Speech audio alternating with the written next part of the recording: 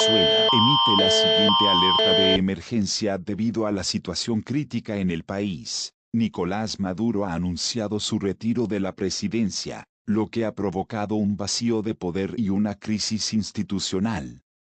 Se han convocado elecciones anticipadas, pero la situación es inestable y puede cambiar rápidamente.